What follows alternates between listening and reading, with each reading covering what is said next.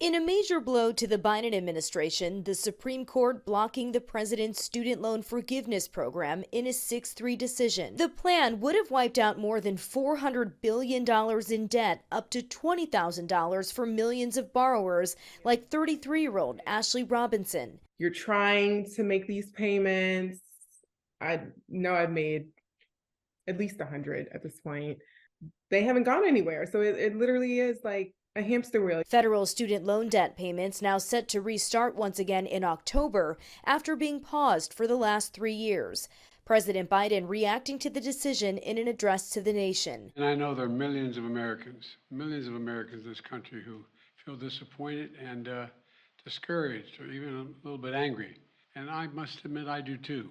The White House had approved the debt relief plan under the HEROES Act, but Republican states pushed back, accusing the administration of executive overreach.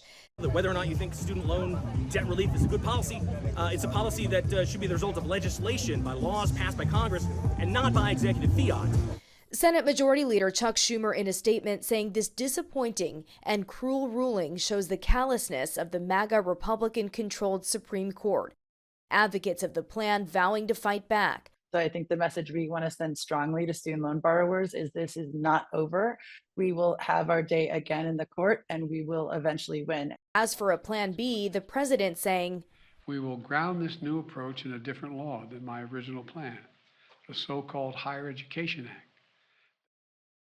And this Supreme Court decision will impact Black Americans the most, with one analysis by Brandeis University showing Black borrowers on average still owe 95% of their original student loans 20 years after applying for it.